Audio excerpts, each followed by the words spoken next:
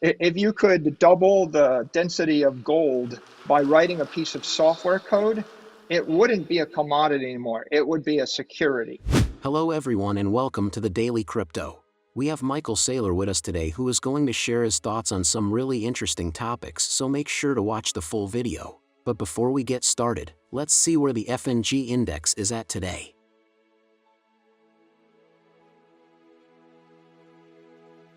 As of recording this video, it is at 20, down from yesterday's 22. Bitcoin and Ethereum are trading for $18,900 and $1,296 respectively. With that out of the way, let's get started with the interview. Well, first of all, I've been doing business in Germany for nearly 30 years. Germans are great engineers, and I love German minds and I love German engineering. And I think that Bitcoin, of course, is the first example of monetary engineering. So it wouldn't surprise me that Germans that study so much in the world of engineering, they're so fastidious in the way that they engineer their structures, their cars, their engines, their machines. They'll look at Bitcoin and they'll realize there's engineering beauty there. And so I think that's one of the reasons why there's a lot of passion for Bitcoin in Germany. With regard to companies, I think the key to keep in mind here is that at every single stage, Bitcoin needs something different. And starting in the second quarter of 2020 was the era of institutional adoption. And for an institution to adopt Bitcoin, they have to solve the issue of custody, because they have all of these legal restrictions about how they can custody the assets. And they have to solve the corporate governance issues. Like, for us to buy it, we have to figure out how to disclose it, and then how to manage our shareholder relations. It's a very intricate thing. With Germany being the leading country in terms of highest number of Bitcoin nodes, Michael believes Germany is one of the very few countries that recognizes the monetary engineering put into Bitcoin, which is why they have started to adopt it at a rapid pace. Since the Germans love engineering, they will certainly play a vital part in Bitcoin adoption globally.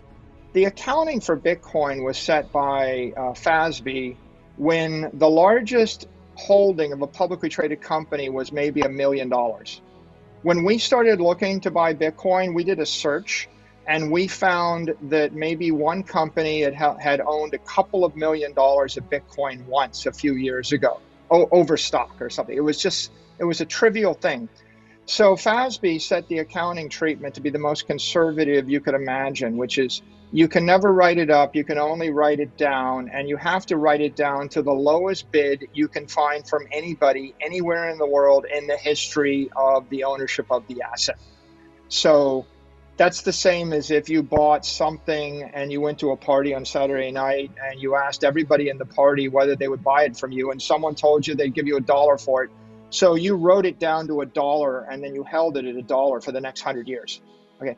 That is prejudicial, kind of hostile accounting. It's toxic for a public company with a gap statement.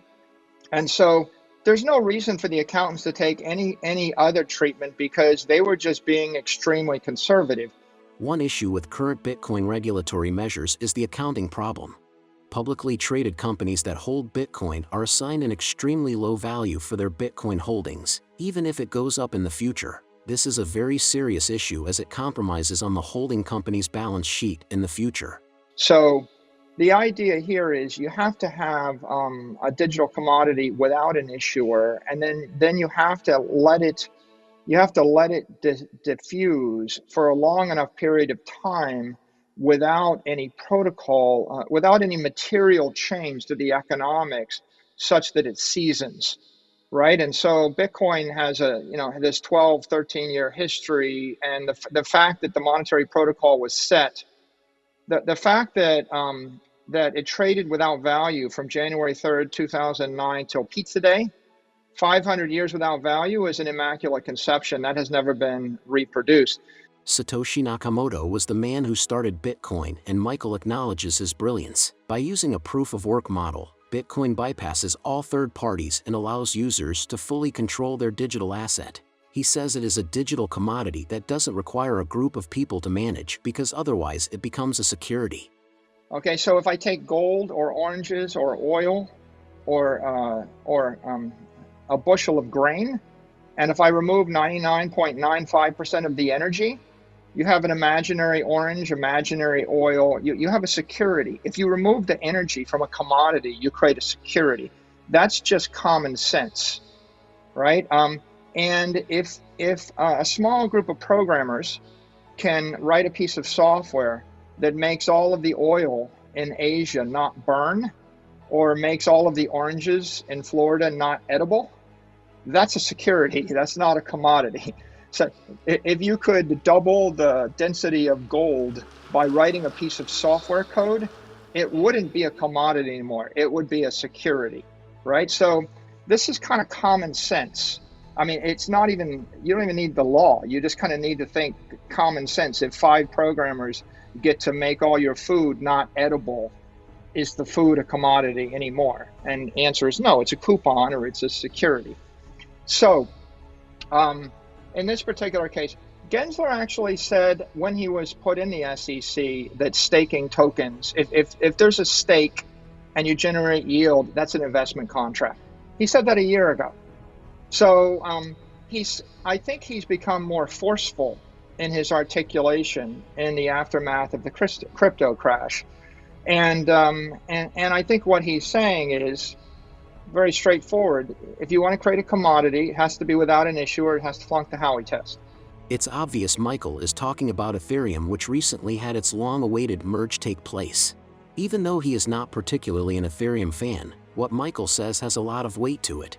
As he mentioned, Gary Gensler already made it clear a year ago that all assets that generate yield are an investment contract, and definitely not a commodity.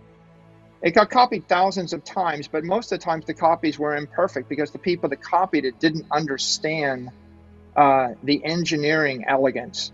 It's like copying the wheel but making it an octagon, or or making it a rectangle or something. It's like they copied it wrong. It actually was extremely elegant, because the goal of Bitcoin was to be able to support hundreds of trillions of dollars on the base layer and let you build other layers like Lightning and applications on top of it and serve as the foundation. So they copied it wrong for the most part. When you put all the other Turing complete functionality into the other copies, they made a mistake. What they should have done is just copied it right. But of course, you can't really copy the Immaculate Conception. And everybody that copied it wanted to make money.